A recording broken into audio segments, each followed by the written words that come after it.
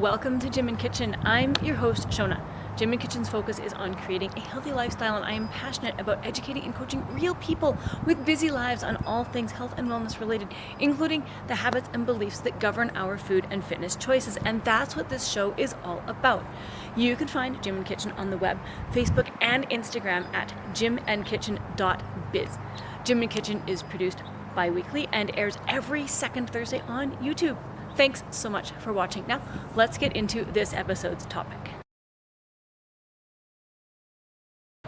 Let's talk about what happens when you get completely derailed. You fall off track, you fall off the horse. What do you do when this happens? When you fall completely off track with your health, your fitness, your nutrition, your exercise. It happens to all of us, me included. So if you fall off the horse, just get back on. Get back on. Okay? That's the first biggest piece of advice I can give you. It is really that simple. If you fall off the horse, just get back on. However, if you fell off the horse a while ago, and a while ago could mean anything, 1 week, 2 weeks, 6 months, whatever it is, just get back on. But remember that if you fell off the horse while it was doing a full gallop, you can't get back on at that same speed. You're going to get hurt. Get back on the horse and just walk. Then you can ease it into a trot, then a canter, then a gallop. But if you try and get back on that horse at a gallop, you're going to fall off again. And if that happens, you're going to get hurt, or you're going to hate your life, or both. And I don't want either of those things to happen. Now, what if you fell off the horse a few years ago? And you can't even remember how to get back on the horse, or you've never really been on the horse in the first place, or you're currently on a miniature horse, or a pony, and you want to get on a bigger horse, or a faster horse. Or maybe you've never been on a horse at all. Well then, let's just start by approaching the horse. Get comfortable with it.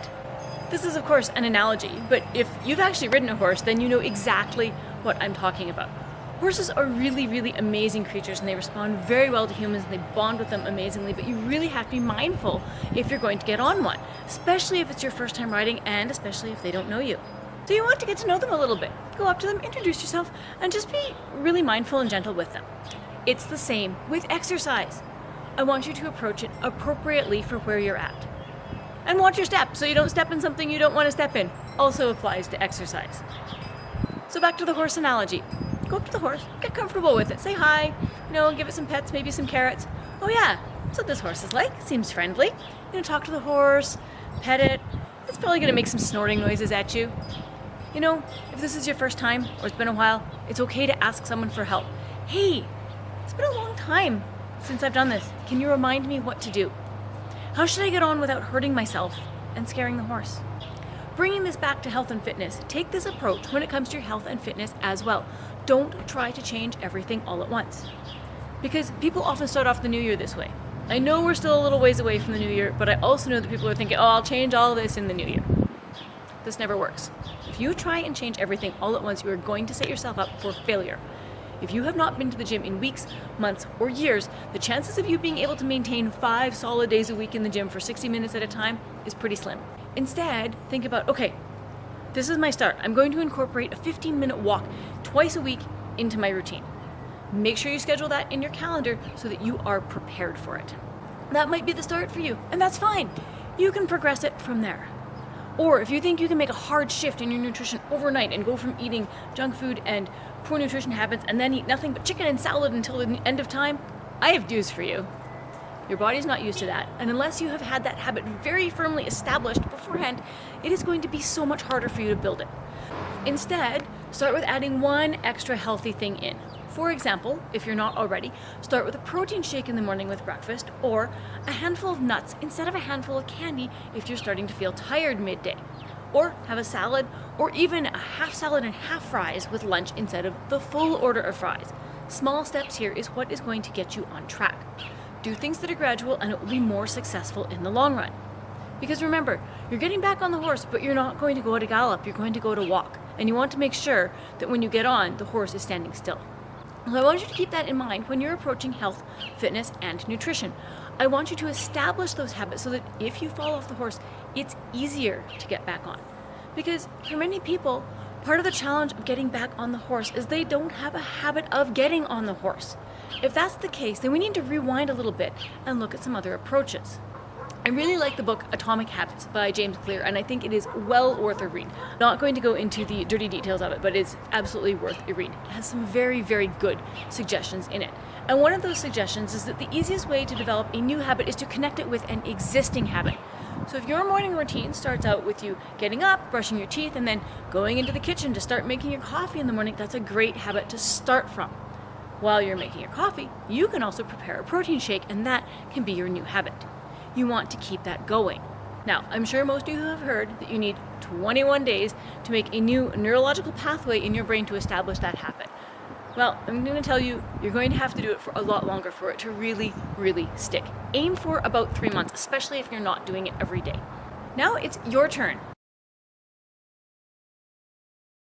Think about a habit that you would like to develop with reference to your health and your fitness. What is something that you would like to improve, that you would like to do more regularly?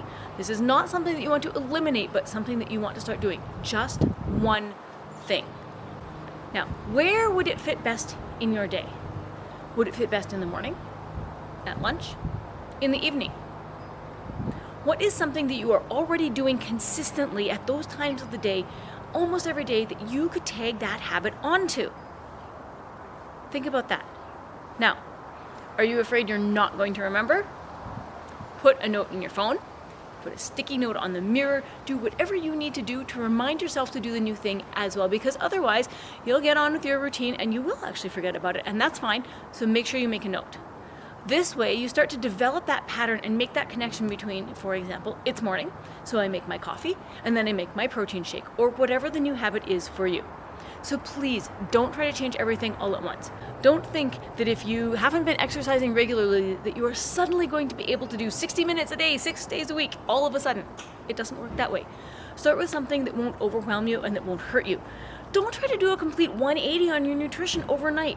Those things are surefire ways to have everything collapse. After all, remember, if you fall off the horse, whether it's at a gallop, a walk, or standing, you're not going to get back on until it's standing still, and then you're going to start by walking. So if you fall off the horse, get back on. And keep getting back on until you stay on. Hey, thanks so much for watching. If you enjoyed this episode, be sure to like and subscribe to the channel, and don't forget to share this episode with a friend. Plus, remember to connect with Gym and Kitchen on the web, Instagram, and Facebook at gymandkitchen.biz. I've got some great stuff coming up in the next few episodes, so make sure that you're subscribed, make sure that you're following along with the newsletter, and I will see you in the next episode.